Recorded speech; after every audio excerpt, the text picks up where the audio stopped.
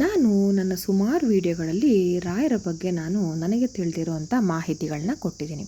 ಅದರಲ್ಲಿ ಮಂತ್ರಾಕ್ಷತೆಯನ್ನು ಹೇಗೆ ಉಪಯೋಗಿಸ್ಬೇಕು, ಹಾಗೆ ನನ್ನ ಪರ್ಸ್ನಲ್ ಒಪಿನಿಯನ್ ಆಗಿರೋಂತಹ ಮಂತ್ರಾಕ್ಷತೆನ ಹೇಗೆ ಸ್ವೀಕಾರ ಮಾಡಬೇಕು, ಹಾಗೆ ನಾವು ಮಂತ್ರಾಲಯಕ್ಕೆ ಹೋದಾಗ ಯಾವ ಒಂದು 2 ವಸ್ತುಗಳನ್ನು ತಪ್ಪದೇ ತಗೊಂಡು ಬರಬೇಕು, ಇದೆಲ್ಲ ವಿಷಯಗಳ ಬಗ್ಗೆ ನಾನು ತುಂಬ ವಿಡಿಯೋಗಳಲ್ಲಿ ಮಾಹಿತಿ ಕೊಟ್ಟಿದ್ದೀನಿ. ಯಾರಿಗಾದರೂ ಆಸಕ್ತಿ ಇತ್ತು ಅಂದರೆ ದಯವಿಟ್ಟು ನನ್ನ ಯೂಟ್ಯೂಬ್ ಚಾನಲ್ನ ಸಬ್ಸ್ಕ್ರೈಬ್ ಮಾಡಿಕೊಂಡು ಚೆಕ್ ಮಾಡಿ ನೋಡಿ. ಇವತ್ತಿನ ವಿಡಿಯೋದಲ್ಲಿ ನಾನು ಏನು ಹೇಳ್ತೀನಿ ಅಂತಂದರೆ, ಒಬ್ಬರು ಸಬ್ಸ್ಕ್ರೈಬರ್ ನನಗೆ ಪ್ರಶ್ನೆನ ಕೇಳಿದರು, ಪಾದುಕೆನ ಹೇಗೆ ಪೂಜೆ ಮಾಡಬೇಕು, ನಾವು ತಂದಿರತಕ್ಕಂಥ ಪಾದುಕೆನ ಯಾವ ರೀತಿ ಇಟ್ಟು ಪೂಜೆ ಮಾಡಬೇಕು, ಅದಕ್ಕೆ ಏನು ನಿಯಮಗಳು ಅಂತ ಕೇಳಿದ್ರಿ. ಅದರ ಬಗ್ಗೆ ನಾನು ಈ ವಿಡಿಯೋದಲ್ಲಿ ಪೂರ್ತಿಯಾಗಿ ತಿಳಿಸ್ತಾ ಹೋಗ್ತೀನಿ. ವಿಡಿಯೋನ ಎಲ್ಲೂ ಕೂಡ ಸ್ಕಿಪ್ ಮಾಡದೆ ಕೊನೆ ತನಕ ನೋಡ್ತಾ ಹೋಗಿ. ಇನ್ನು ನಾನು ಆಲ್ರೆಡಿ ಮಾಹಿತಿ ಕೊಟ್ಟಿರೋ ವಿಷಯದ ಬಗ್ಗೆ ಪುಟ್ಟದಾಗಿ ಹೇಳಬೇಕಂದ್ರೆ, ಮಂತ್ರಾಲಯಕ್ಕೆ ಹೋದಾಗ ತಪ್ಪದೆ 2 ವಸ್ತುಗಳನ್ನ ತಗೊಂಡು ಬನ್ನಿ. ಅದ್ಯಾವುದು ಅಂತ ಹೇಳಿದ್ರೆ, ಒಂದು ರಾಯರ ಪಾದುಕೆ, ಹಾಗೆ ಮೃತ್ತಿಕೆ ಅಂದರೆ ಅಲ್ಲಿಯ ಜಾಗದ ಮಣ್ಣು. ಅಂದರೆ ಅದು ಸುಮ್ಮನೆ ಆ ಸ್ಥಳದ ಮಣ್ಣು ಅಲ್ಲ, ಅದನ್ನು ವಿಶೇಷವಾಗಿ ಪೂಜೆ ಮಾಡಿರ್ತಾರೆ, ಅದಕ್ಕೆ ಪ್ರತಿನಿತ್ಯ ಪೂಜೆಗಳನ್ನು ಮಾಡ್ತಾರೆ, ಹಾಗೆ ಅದಕ್ಕೆ ವಿಶೇಷವಾದ ಒಂದು ಶಕ್ತಿಯನ್ನು ತುಂಬಿರ್ತಾರೆ ರಾಯರ ಸ್ಥಾನದಲ್ಲಿ. ಹಾಗಾಗಿ ಅದನ್ನು ನೀವು ಆ ಒಂದು ಸ್ಥಳದಿಂದ ರಾಯರ ಮಠಕ್ಕೆ ಬರೋದಕ್ಕೂ ಕೂಡ ಒಂದು ವಿಶೇಷವಾದ ಪೂಜೆಗಳನ್ನ ಸಲ್ಲಿಸಿರ್ತಾರೆ. ಹಾಗಾಗಿ ಆ ಒಂದು ಮೃತ್ತಿಕೆಯಲ್ಲಿ ಬಹಳ ಶಕ್ತಿ ಇರುತ್ತೆ. ಅದೆಲ್ಲ ನಾನು ತೊಗೊಂಡು ಬಂದರೆ ಮನೆಗೆ ತುಂಬಾ ಒಳ್ಳೆಯದು ಅಂತ ಹೇಳಿದ್ದೆ. ಹಾಗೆ ಅದು ಎಲ್ಲಿ ಸಿಕ್ಕತ್ತೆ ಅಂತ ಕೂಡ ನನಗೆ ತಿಳಿದಿರೋ ಮಾಹಿತಿ ಪ್ರಕಾರ ಕೂಡ ಹೇಳಿದ್ದೆ. ಈಗ ಪಾದುಕೆಯನ್ನು ತಂದಿರ್ತಿರಲ್ವ, ಅದನ್ನು ಹೇಗೆ ಪೂಜೆ ಮಾಡಬೇಕು ಅನ್ನೋ ವಿಷಯದ ಬಗ್ಗೆ ತಿಳಿಸ್ತಾ ಹೋಗ್ತೀನಿ. ಮೊದಲನೇದಾಗಿ ಒಂದು ವಿಷಯ ನೆನ್ಪಿಟ್ಕೋಬೇಕು, ಮುಖ್ಯವಾದ ವಿಷಯ ಅಂತ ಹೇಳಿದ್ರೆ, ನೀವು ಪಾದುಕೆ ಅಥವಾ ಮೃತ್ತಿಕೆ ಏನು ಮನೆಯಲ್ಲಿ ತರ್ತೀರಾ, ಆ ಸಮಯದಲ್ಲಿ ಮನೆಯಲ್ಲಿ ಯಾವುದೇ ಮೈಲಿಗೆ ಇರಕೂಡ್ದು. ಯಾವುದು ಬೇಕಾದ್ರಾಗಿರಲಿ, ನಿಮ್ಮ ಮನೆಯಲ್ಲಿರೋ ಹೆಣ್ಣುಮಕ್ಕಳು ಮೈಲಿಗೆ ಆಗಿರೋದು ಅಂದರೆ ಅವ್ರ ಮುಟ್ಟಿನ ದಿನಗಳಾಗಿರಬಹುದು, ಅಥವಾ ನಿಮ್ಗೆ ಯಾವುದಾದ್ರು ಒಂದು ಸೂತಕ ಇರುವಂಥದ್ದು, ಅಥವಾ ಒಂದು ವೃದ್ಧಿ ಅಂತ ಏನು ಹೇಳ್ತೀವಿ ಅಂದರೆ ಡೆಲಿವರಿ ಆಗಿರುವಂಥದ್ದು, ಈ ರೀತಿ ಯಾವುದೇ ರೀತಿ ನಿಮಗೆ ಒಂದು ಮೈಲಿಗೆಯ ದಿನಗಳು ಇರಬಾರ್ದು. ಕೆಲವರು ಏನಂತ ಅಂತಾರೆ ಅಂದರೆ, ನಾನು ಕೇಳಿರೋ ಪ್ರಕಾರ ಮೈಲಿಗೆ ಇದ್ದರೂ ಪರವಾಗಿಲ್ಲ, ಈಗ ಅಲ್ಲಿ ಹೋದ ಮೇಲೆ ಮೈಲಿಗೆ ಆಗಿರುತ್ತೆ, ಅಂಥ ಸಮಯದಲ್ಲಿ ತಂದು ಮನೆಯ ಹೊರಗಡೆ ಇಟ್ಟು ಆಮೇಲೆ ಒಳಗಡೆ ತಗೊಳ್ಬೇಕಂತ. ಖಂಡಿತ ಆ ರೀತಿ ತಪ್ಪುಗಳನ್ನ ಮಾಡಬೇಡಿ. ಇದೆಲ್ಲ ಬಹಳ, ಈ ಒಂದು ಪೂಜೆಗಳನ್ನ ಮಾಡೋದಕ್ಕೆ, ಇದನ್ನು ಮನೆಯಲ್ಲಿ ಇರಿಸ್ಕೊಳ್ಳೋದಕ್ಕೂ ಕೂಡ ಬಹಳನೇ ಒಂದು ಆಚಾರ ವಿಚಾರ, ಮಡಿ ಮೇಲಿಗೆ ತುಂಬ ಅಂದರೆ ತುಂಬ ಬೇಕು. ಹಾಗಾಗಿ ಇದನ್ನು ಎಲ್ಲರೂ ಮನೆಯಲ್ಲೂ ಇಟ್ಕೊಳ್ಳೋದಿಲ್ಲ. ಮುಖ್ಯವಾಗಿ ಮಡಿ ಮೈಲಿಗೆ ಅಂತೂ ಇದನ್ನು ಇಟ್ಕೊಳ್ಳೋರು ತುಂಬ ನೋಡಲೇಬೇಕಾಗುತ್ತೆ. ಹಾಗಾಗಿ ಇದನ್ನು ಎಷ್ಟು ಜೋಪಾನಾಗಿ ಇಡಬೇಕು ಅನ್ನೋದನ್ನು ನನ್ನ ಕೆಲವು ವಿಡಿಯೋಗಳಲ್ಲಿ ನಾನು ಹೇಳಿದ್ದೀನಿ. ಗಮನ ಇಟ್ಟು ಅದನ್ನು ನೀವು ನೋಡಿ.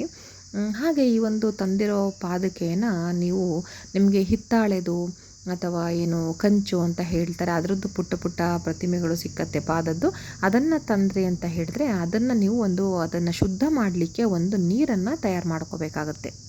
ಯಾವ ರೀತಿ ನೀರು ಅಂತ ಹೇಳಿದ್ರೆ, ಒಂದು ಬೋಗುಣಿ ಅಥವಾ ಒಂದು ಪಾತ್ರೆಯಲ್ಲಿ, ಅದರಂದರೆ ದೇವರ ವಸ್ತುಗಳು, ದೇವರ ಸಾಮಾನುಗಳನ್ನೆಲ್ಲ ತೊಳಿತೀರಲ್ಲ, ಆ ಒಂದು ಪಾತ್ರೆನೇ ಬಳಸಿ, ಬೇರೆ ಪಾತ್ರೆ ಬಳಸಬೇಡಿ. ಅದರಲ್ಲಿ ಒಂದು ಸ್ವಲ್ಪ ಅರಿಶಿನ, ಹಾಗೆ ಒಂದು ಗಂಗಾ ಜಲ ಏನಿರುತ್ತೆ, ಆ ರೀತಿ ಒಂದು ಶುದ್ಧವಾದ ಜಲ, ಅಥವಾ ಇತ್ತೀಚೆಗೆ ನೀವು ಮಹಾಕುಂಭ ಮೇಳಕ್ಕೆ ಹೋಗಿದ್ರಿ ಅಂದರೆ ನಿಮ್ಮ ಹತ್ರ ಒಂದು ಪವಿತ್ರವಾದ ಜಲ ಇದ್ದೇ ಇರುತ್ತೆ, ಅದು, ಅಥವಾ ಯಾವುದಾದ್ರು ಒಂದು ತೀರ್ಥ ಏನು ತೊಗೊಂಡು ಬಂದಿರ್ತೀವಿ ಒಂದು ಒಳ್ಳೆಯ ಕ್ಷೇತ್ರಗಳಿಂದ, ಅದನ್ನು ಹಾಕಬೇಕಾಗತ್ತೆ. ಹಾಗೆ ಒಂದು ಸ್ವಲ್ಪ ಅರಿಶಿನ, ಹಾಗೆ ಸ್ವಲ್ಪ ಗಂಧ, ಶ್ರೀಗಂಧವನ್ನು ತೆಗೆದು ಸ್ವಲ್ಪ ಹಾಕಬೇಕಾಗತ್ತೆ. ಇಷ್ಟನ್ನು ಹಾಕಿ ಚೆನ್ನಾಗಿ ಮಿಕ್ಸ್ ಮಾಡಿ, ಸ್ವಲ್ಪ ಸ್ವಲ್ಪ ಹಾಕಿ, ಇಷ್ಟು ಒಂದೊಂದು ಚಿಟಿಕೆಯಷ್ಟು ಇಷ್ಟನ್ನು ಚೆನ್ನಾಗಿ ಹಾಕಿ ಮಿಕ್ಸ್ ಮಾಡಿ, ಕೊನೆಯಲ್ಲಿ ಒಂದು ಸ್ವಲ್ಪ ತುಳಸಿ ದಳಗಳನ್ನು ಹಾಕಬೇಕಾಗತ್ತೆ. ಇದು ಯಾವುದೇ ರೀತಿ ಒಂದು ಕಲ್ಮಶಗಳಿದ್ರೂ ಶುದ್ಧ ಮಾಡುತ್ತೆ, ಧಾರ್ಮಿಕವಾಗೂ ಕೂಡ. ಹಾಗೆ ಅದ ನಂತರ ಅದನ್ನು ಪಾದುಕೆಯನ್ನು ನೀವು ಅದರಲ್ಲಿ ಹಾಕಬೇಕಾಗತ್ತೆ. ಹಾಕಿ ಒಂದು 5 ನಿಮಿಷಗಳ ತನಕ ಅದು ಸ್ವಲ್ಪ ನೆನಿಲಿ. ಅದಾದ ನಂತರ ಅದನ್ನು ತೆಗೆದು ಆ ನೀರಲ್ಲೇ ಒಮ್ಮೆ ಚೆನ್ನಾಗಿ ತೊಳಿರಿ. ಅಂದರೆ ಆ ಬೋಗುಣಿ ಒಳಗೆ ಇಟ್ಕೊಂಡು ಮತ್ತೊಮ್ಮೆ ಅದನ್ನು ಚೆನ್ನಾಗಿ ತಿಕ್ಕಿ ಸ್ವಚ್ಛ ಮಾಡಿ. ಅಂದರೆ ಅದು ತೀರಾ ಕೊಳಕಾಗಿದೆ ಅಂತಲ್ಲ, ಒಂದು ಶುದ್ಧವನ್ನು ಮಾಡಿ ಆ ನಂತರ ನೀವು ದೇವರ ಮಂಟಪದಲ್ಲಿ ಅಥವಾ ದೇವರ ಬಳಿ ಇಡಬೇಕಾಗುತ್ತೆ. ಅದು ನೀವು ಅಲ್ಲಿಂದ ತೊಗೊಂಡು ಬರ್ತೀರಾ ಅಂದರೆ ಒಂದು ಮೈಲಿಗೆ ರೀತಿಯೇ ಆಗಿರುತ್ತೆ. ಹಾಗಾಗಿ ನೀವು ಅದರ ನಂತರ ಆ ನೀರಲ್ಲೇ ಮತ್ತೆ ತೊಳೆದು, ಅದಾದ ನಂತರ ನೀವು ಮತ್ತೊಂದು ಶುದ್ಧ ನೀರನ್ನು ಇಟ್ಕೊಳ್ಬೇಕಾಗತ್ತೆ. ಆ 2ನೇ ಸಲ ತಗೊಳ್ಳುವಂಥ ನೀರಿಗೆ ನೀವೇನನ್ನೂ ಹಾಕೋ ಅವಶ್ಯಕತೆ ಇಲ್ಲ. ಆ ನಂತರ ಆ ಒಂದು ಶುದ್ಧ ನೀರಿಗೆ ನೀವು ಹಾಕಿ ಮತ್ತೊಮ್ಮೆ ಸ್ವಚ್ಛ ಮಾಡ್ಕೋಬೇಕಾಗತ್ತೆ. ಇದಕ್ಕೆ ಯಾವುದೇ ರೀತಿ ನೀವು ತೊಳೆಯುವಂತಹ ಒಂದು ಡಿಟರ್ಜೆಂಟ್ಗಳೇನು ಯೂಸ್ ಮಾಡ್ತೀರಾ ಅಥವಾ ಲಿಕ್ವಿಡ್ಗಳು ಅದು ಯಾವುದೂ ಅವಶ್ಯಕತೆ ಇಲ್ಲ. ಇಷ್ಟು ಮಾತ್ರ ಹಾಕಿ ನಾನು ಹೇಳ್ದಂಗೆ ಸ್ವಲ್ಪ ಅರಿಶಿನ ಹಾಗೆ ಸ್ವಲ್ಪ ಯಾವುದಾದ್ರು ಒಂದು ಕ್ಷೇತ್ರಗಳ ನದಿಗಳ ನೀರು ಅಂದರೆ ಜಲ, ಗಂಗಾ ಜಲ ಆ ರೀತಿ ಕ್ಷೇತ್ರದ ನೀರು, ಆನಂತರ ಒಂದು ಸ್ವಲ್ಪ ತೇಯ್ದಂಥ ಗಂಧ ಅಥವಾ ಗಂಧ ಇಲ್ಲ ಅಂತ ಹೇಳಿದ್ರೆ ಗಂಧದ ಪುಡಿ ಒಂದು ಚಿಟಿಕೆಯಷ್ಟು ಅಷ್ಟು ಹಾಕಿ ಚೆನ್ನಾಗಿ ಮಿಕ್ಸ್ ಮಾಡಿ 2 ತುಳಸಿ ದಳಗಳನ್ನು ಹಾಕಿ ಅಷ್ಟೇ. ಅದು ಬಿಟ್ಟರೆ ಬೇರೆ ಹಾಕಬೇಡಿ. 2ನೇ ಸತಿಗೆ ಪ್ಲೇನ್ ನೀರು ಏನು ಬೇಡ, ಅದರಲ್ಲಿ ಸ್ವಚ್ಛ ಮಾಡಿ ಆ ನಂತರ ನೀವು ಅದನ್ನು ಒಂದು ಒಳ್ಳೆಯ ಸ್ವಚ್ಛ ಬಟ್ಟೆ ಅಂದರೆ ದೇವ್ರ ಮನೆಯಲ್ಲಿ ಉಪಯೋಗ ಮಾಡುವಂತಹ ಬಟ್ಟೆಯಿಂದ ಸ್ವಚ್ಛವಾಗಿ ಒರೆಸ್ಬೇಕಾಗತ್ತೆ. ಆ ನಂತರ ಅದನ್ನು ನೀವು ಒಂದು ತಟ್ಟೆಯಲ್ಲಿ ಇಡಬೇಕಾಗತ್ತೆ. ಅದು ಕೂಡ ದೇವ್ರ ಮನೆಯಲ್ಲಿ ಬಳಸುವಂಥ ತಟ್ಟೆ ಆಗಿರಲೇಬೇಕು. ನಿಮ್ಮ ಬಳಿ ಆ ಒಂದು ಸೈಜ್ದು ಇಲ್ಲಾಂದರೆ ಪುಟ್ಟದೇ ನಿಮಗೆ ಸಿಕ್ಕತ್ತೆ, ಪುಟ್ಟ ಪಾದಕೆಗಳೇ ಸಿಕ್ಕತ್ತೆ. ಅದು ಅದೇ ಸೈಜ್ಗೆ ಒಂದು ತಟ್ಟೆನ ಇಟ್ಕೊಳ್ಳಿ. ಆ ಒಂದು ತಟ್ಟೆಗೆ, ಆ ತಟ್ಟೆನೂ ಕೂಡ ಸ್ವಚ್ಛಗೊಳಿಸಿ ಮುಂಚೆನೇ ಇಟ್ಕೊಂಡಿರಿ, ಹೇಗೂ ನಿಮ್ಗೆ ಮುಂಚೆ ಗೊತ್ತಿರುತ್ತೆ. ಆ ಒಂದು ತಟ್ಟೆಗೆ ಸ್ವಲ್ಪ ನೀವು ಅರಿಶಿನ ಕುಂಕುಮವನ್ನು ಹಾಕಬೇಕಾಗತ್ತೆ. ರಾಯರು ಅಂತ ಹೇಳಿದ್ರೆ ನಿಮಗೆ ಪ್ರಸಾದದ ರೀತಿ ಸಿಕ್ಕೋದು, ಕುಂಕುಮ ಕೊಡೋದಿಲ್ಲ, ಮಂತ್ರಾಕ್ಷತೆಯನ್ನು ಕೊಡ್ತಾರೆ. ಆದರೆ ಇದು ಒಂದು ಸ್ವರೂಪ, ಲಕ್ಷ್ಮೀ ಸ್ವರೂಪ ಆಗಿರೋದ್ರಿಂದ ನೀವು ಒಂದು ಈ ರೀತಿಯ ತಯಾರಿಯನ್ನು ಮಾಡಬೇಕಾಗತ್ತೆ. ಆ ನಂತರ ನೀವು ಸ್ವಲ್ಪ ಅರಿಶಿನ ಕುಂಕುಮವನ್ನು ಹಾಕಿ ಒಂದು ಯಾವುದಾದ್ರು ಒಂದು ಹೂವನ್ನು ಹಾಕಿ, ಮಲ್ಲಿಗೆ ಅಥವಾ ಕನಕಾಂಬರ ಹೂವನ್ನು ಹಾಕಿ ಅದರ ನಂತರ ನೀವು ಈ ಒಂದು ಪಾದುಕೆಯನ್ನು ಅಲ್ಲಿ ಇರಿಸಬೇಕಾಗತ್ತೆ. ಹಾಗೆ ಇವೆಲ್ಲ ಒಂದು ಕೆಲಸವನ್ನು ನೀವು ಗುರುವಾರ ಮಾಡಿದ್ರೆ ಬಹಳನೇ ಶ್ರೇಷ್ಠ. ನೀವು ಅದನ್ನು ಯಾವತ್ತಾರು ನೀವು ಮನೆಗೆ ತೊಗೊಂಡು ಬಂದಿರಿ, ಗುರುವಾರ ದಿನ ಈ ರೀತಿ ನೀವು ಮನೆಯಲ್ಲಿ ಪ್ರತಿಷ್ಠಾಪನೆ ಮಾಡಿದ್ರೆ ತುಂಬ ಅಂದರೆ ತುಂಬ ಒಳ್ಳೆಯದಾಗುತ್ತೆ. ಮನೆಯಲ್ಲಿರುವಂತಹ ಕೆಟ್ಟ ಶಕ್ತಿಗಳು ಖಂಡಿತವಾಗ್ಲೂ ಎಲ್ಲ ಹೋಗುತ್ತೆ. ಆ ನಂತರ ನೀವು ಪಾದುಕೆಯನ್ನು ಇಟ್ಟು ಅದಕ್ಕೆ ಮತ್ತೆ ಆಲ್ರೆಡಿ ಸ್ವಚ್ಛಗೊಳಿಸಿರ್ತೀರ, ಇನ್ನೊಮ್ಮೆ ಒರೆಸೋವಂಥದ್ದು ಏನೂ ಇರೋದಿಲ್ಲ. ಅದಾದಮೇಲೆ ಅದರ ಮೇಲೆ ಸ್ವಲ್ಪ ನೀವು ಅರಿಶಿನ ಕುಂಕುಮ ಹಾಗೆ ಹೂವನ್ನು ಏರಿಸಬೇಕಾಗತ್ತೆ. ಅದಾದ ನಂತರ ನಿಮ್ಮ ನಿತ್ಯ ಪೂಜೆ ಏನಿರುತ್ತೆ, ದಿನನಿತ್ಯ ನೀವು ಹೇಗೆ ಪೂಜೆಯನ್ನು ಮಾಡ್ತೀರಾ ಆ ರೀತಿ ಪೂಜೆಯನ್ನು ಮಾಡಬೇಕಾಗತ್ತೆ. ಹೆಚ್ಚಾಗಿ ನೀವು ರಾಘವೇಂದ್ರ ಸ್ವಾಮಿಗಳ ಸ್ತೋತ್ರಗಳೇನಿರುತ್ತೆ ಅದನ್ನು ಹೇಳಬೇಕಾಗತ್ತೆ. ವಿಶೇಷವಾಗಿ ಅದರಲ್ಲೂ ಕೂಡ ಪೂಜ್ಯಾಯ ರಾಘವೇಂದ್ರಾಯ ಸತ್ಯಧರ್ಮರಥಾಯ ಚ ಭಜತಾಂ ಕಲ್ಪವೃಕ್ಷಾಯ ನಮತಾಂ ಕಾಮಧೇನವೇ, ಈ ಒಂದು ಶ್ಲೋಕವನ್ನು ಆದಷ್ಟು ಬಾರಿ ಹೇಳ್ಕೊಳ್ಳಿ. ಹಾಗೆ ಅದನ್ನು ಪಾದುಕೆಯನ್ನು ಮುಟ್ಟಿ ನೀವು ಕಣ್ಣಿಗೆ ಒತ್ಕೊಳ್ಳಿ. ತುಂಬ ಅಂದರೆ ತುಂಬ ಒಳ್ಳೆಯದು. ಹೀಗೆ ಮನೆ ಮಂದಿ ಎಲ್ಲವೂ ಶುದ್ಧರಾಗಿ ನೀವು ಸ್ನಾನವನ್ನು ಮಾಡಿ ತೊಳೆದ ಬಟ್ಟೆ ಅಂದರೆ ಮಡಿ ಬಟ್ಟೆಯನ್ನು ಹಾಕ್ಕೊಂಡು ಅದಕ್ಕೆ ನಮಸ್ಕಾರವನ್ನು ಮಾಡಿ, ಹಾಗೆ ಇದನ್ನು ಮಾಡಿದದನ್ನು ನೀವು ಹಯಗ್ರೀವವನ್ನು ಮಾಡಬೇಕಾಗತ್ತೆ. ಹಯಗ್ರೀವ ಅಂದರೆ ಕಡಲೆಬೇಳೆ ಬೆಲ್ಲವನ್ನು ಹಾಕಿ ತಯಾರಿಸೋ ಒಂದು ಸಿಹಿ ಪದಾರ್ಥ. ಅದರಲ್ಲೂ ರಾಯರಿಗೆ ಬಹಳ ಪ್ರೀತಿ ಅಂತ ಹೇಳಲಾಗುತ್ತೆ. ಹಾಗಾಗಿ ನೈವೇದ್ಯಕ್ಕೆ ಅದನ್ನೇ ಮಾಡಿ ಆ ನೈವೇದ್ಯವನ್ನು ಮನೆ ಮಂದಿಯೆಲ್ಲ ಸ್ವೀಕಾರ ಮಾಡಬೇಕಾಗತ್ತೆ ತಪ್ಪದೆ. ಹಾಗೆ ಇದಕ್ಕೆ ನಾನು ಹೇಳ್ದಂಗೆ ತುಳಸಿ ದಳವನ್ನು ಏರಿಸಬೇಕು ಅಂತ ಹೇಳಿದೆ ಅಲ್ವಾ, ಅದು ತುಂಬಾ ಶ್ರೇಷ್ಠ. ಹಾಗೆ ನೀವು ಈ ರೀತಿ ಒಂದು ಜಾಗವನ್ನು ಅದಕ್ಕೆ ಇಡಬೇಕಾಗತ್ತೆ. ಹೀಗೆ ಈ ರೀತಿ ಇಡ್ತೀರಾ. ಆ ನಂತರ ಏನಾಗುತ್ತೆ ಅಂತ ಹೇಳಿದ್ರೆ, ಈಗ ಮನೆಯಲ್ಲಿ ಮೈಲಿಗೆ ದಿನಗಳಿರುತ್ತೆ, ನೀವು ಬೇರೆ ಸಪ್ರೇಟಾಗಿ ಒಂದು ದೇವ್ರ ಕೋಣೆ ಅಂತ ಇರೋದಿಲ್ಲ.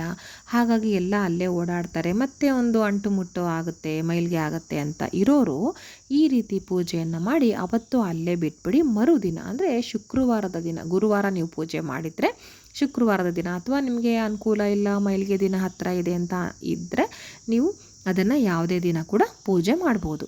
ಅದಾದ ನಂತರ ನೀವು ಅದನ್ನು ತೆಗೆದು, ಅಂದರೆ ಮರುದಿನಕ್ಕೆ ಅದನ್ನು ತೆಗೆದು ಅದರಲ್ಲಿ ಏರಿಸಿರುವಂಥ ಹೂವು ಎಲ್ಲ ತೆಗೆದು ಸ್ವಲ್ಪ ಸಪ್ರೇಟಾಗಿ ಅಂದರೆ ಎತ್ತರದ ಜಾಗದಲ್ಲಿ ಇಟ್ಬಿಡಿ. ಅದನ್ನು ಮನೆಯ ಹೆಣ್ಮಕ್ಳು ಪೂಜೆ ಮಾಡಲಿ ಗಂಡು ಮಕ್ಕಳು ಪೂಜೆ ಮಾಡಲಿ ಸ್ವಲ್ಪ ಎತ್ತರದ ಸ್ಥಳದಲ್ಲಿ ಅಥವಾ ಒಂದು ಮೂಲೆಯಲ್ಲಿ ಇಡಿ. ಅದಕ್ಕೂ ಕೂಡ ಪ್ರತಿನಿತ್ಯ ಪೂಜೆಯನ್ನು ಮಾಡಿ. ಆದರೆ ನೀವು ಸ್ವಲ್ಪ ದೂರದಲ್ಲಿ ಇಡೋದ್ರಿಂದ ಯಾವುದೇ ರೀತಿ ಅದಕ್ಕೆ ಮೈಲಿಗೆಯನ್ನು ಆಗೋದಿಲ್ಲ ಅನ್ನೋ ಒಂದು ಉದ್ದೇಶಕ್ಕೆ ನಾನು ಹೇಳಿದೆ.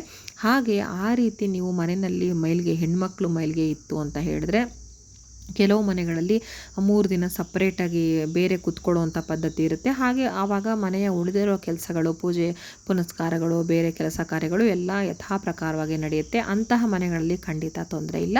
ಇನ್ನು ಇದನ್ನು ಕೆಲವರು ಮೂಢನಂಬಿಕೆ ಆ ಥರ ಎಲ್ಲ ಹೇಳಬೇಡಿ. ಒಬ್ಬೊಬ್ಬರು ಮನೆ ಪದ್ಧತಿ ಒಂದೊಂದು ರೀತಿ ಇರುತ್ತೆ.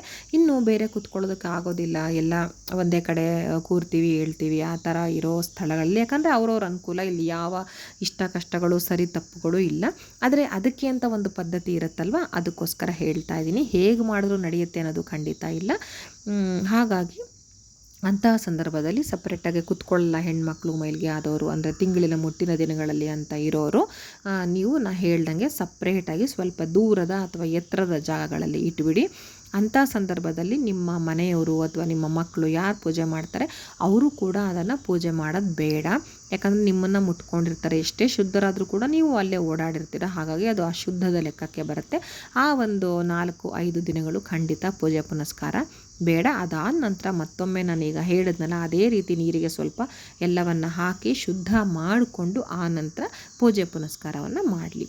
ಆಮೇಲೆ ಇನ್ನೊಂದು ಅಂತ ಹೇಳಿದ್ರೆ, ಪ್ರತಿ ಗುರುವಾರ ಈ ಒಂದು ಪಾದಕೆ ತಂದ ನಂತರ ಪ್ರತಿ ಗುರುವಾರ ನೀವು ಹಯಗ್ರೀವ ಅಂದರೆ ಕಡಲೆಬೇಳೆ ಮತ್ತು ಬೆಲ್ಲವನ್ನು ಹಾಕಿ ತಯಾರಿಸೋ ಒಂದು ಸಿಹಿ ಪದಾರ್ಥ, ಈ ಒಂದು ನೈವೇದ್ಯ ಮಾಡೋದ್ರಿಂದ ನಿಮ್ಮ ಸಂಕಲ್ಪಗಳು ಏನಿರುತ್ತಲ್ವ, ಅಂದರೆ ನೀವು ಪಾದಕೆ ತಂದಿದ್ದೀವಿ, ಇನ್ನು ಮುಂದೆ ಆದರೂ ನಮಗೆ ಹಣಕಾಸಿನ ವ್ಯವಸ್ಥೆ ಸರಿ ಮಾಡಿಕೊಡು, ನಮ್ಮ ಸಾಲ ಸೊರಗಳನ್ನು ತೀರಿಸು, ಅಥವಾ ನಮ್ಮ ಮಕ್ಕಳಿಗೆ ಒಳ್ಳೆಯ ಆರೋಗ್ಯವನ್ನು ಕೊಡು, ಅಥವಾ ಒಂದು ಅನುಕೂಲ, ಎಲ್ಲ ರೀತಿಯ ಅನುಕೂಲವನ್ನು ಮಾಡಿಕೊಡು, ಯಾವುದೇ ಒಂದು ಪರ್ಟಿಕ್ಯುಲರ್ ಒಂದು ವಿಷಯಕ್ಕೆ ನೀವು ಸಂಕಲ್ಪ ಮಾಡ್ಕೊಂಡಿರುತ್ತಲ್ವ ಅದು ಖಂಡಿತವಾಗ್ಲೂ ಈಡೇರುತ್ತೆ. ಇದಂತೂ ಸತ್ಯ. ಯಾಕಂದರೆ ರಾಯರನ್ನು ನಂಬಿರೋರನ್ನ ಯಾವತ್ತೂ ಕೈ ಬಿಡೋದಿಲ್ಲ. ಖಂಡಿತ ರಾಯರು ನಮಗೆ ಅಷ್ಟು ದಾನ ಮಾಡಿ, ಇಷ್ಟು ದಾನ ಮಾಡಿ, ಅಥವಾ ನಮಗೆ ಇಂಥದೇ ಮಾಡಿ ಅಂಥದೇ ಮಾಡಿ ಅಂತ ಹೇಳಲ್ಲ. ಅದರಲ್ಲಿ ವಿಶೇಷವಾದ್ದು ನಾನು ಹೇಳಿದ್ದು ಮನೆಯಲ್ಲೇ ಇರುವಂಥ ಪದಾರ್ಥಗಳನ್ನ ಉಪಯೋಗಿಸಿ ಒಂದು ನೈವೇದ್ಯವನ್ನು ಮಾಡಿ, ಬಹಳ ಪ್ರಿಯವಾದ ಒಂದು ನೈವೇದ್ಯ ರಾಯರಿಗೆ ಅಂತ ಹೇಳಲಾಗುತ್ತೆ.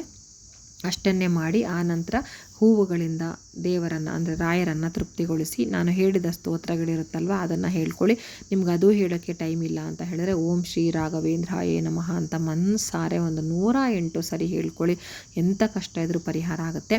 ಆಮೇಲೆ ಈ ಒಂದು ಪಾದಕೆಗೆ ನೀವು ಪ್ರತಿನಿತ್ಯ ಪೂಜೆ ಮಾಡಿ, ಹೆಣ್ಮಕ್ಳು ಅಲ್ದಿದ್ರು ಮನೆಯ ಗಂಡು ಮಕ್ಕಳು ಕೂಡ ಮಾಡಿ. ಎಲ್ರಿಗೂ ಒಳ್ಳೆಯದಾಗಲಿ. ಧನ್ಯವಾದಗಳು.